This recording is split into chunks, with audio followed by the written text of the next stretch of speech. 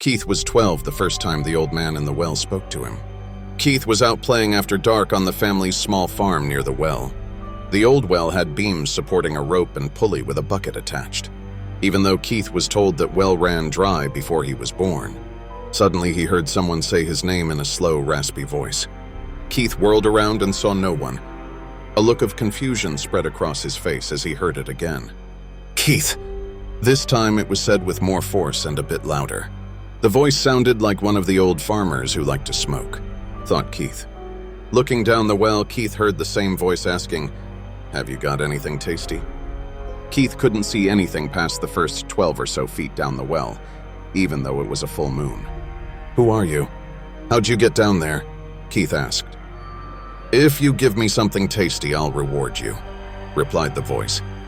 All Keith had were some cookies he had stuffed in his pocket as he left to play. He put those in the bucket and it lowered it. He had lowered it nearly 40 feet and was literally at the end of his rope when he no longer felt the weight of the bucket on the rope. 20 seconds passed and he felt the weight of the bucket again and began to pull the bucket up. As he finished pulling the bucket up to the top, he heard the voice say, "No nice."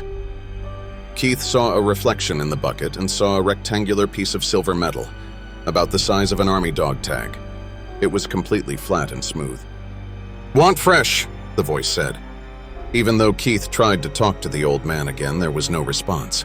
Keith made up a story about where he found the metal and took it to his father, who took it into town and confirmed it was an ounce of pure silver.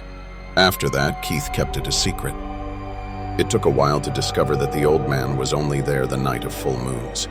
Keith quickly learned that only live things he put in the well would be rewarded, but only once for each item and once every full moon.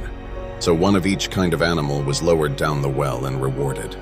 Keith now had a cigar box mostly full of silver pieces by the time he was 16, but had run out of different animals to get rewarded for.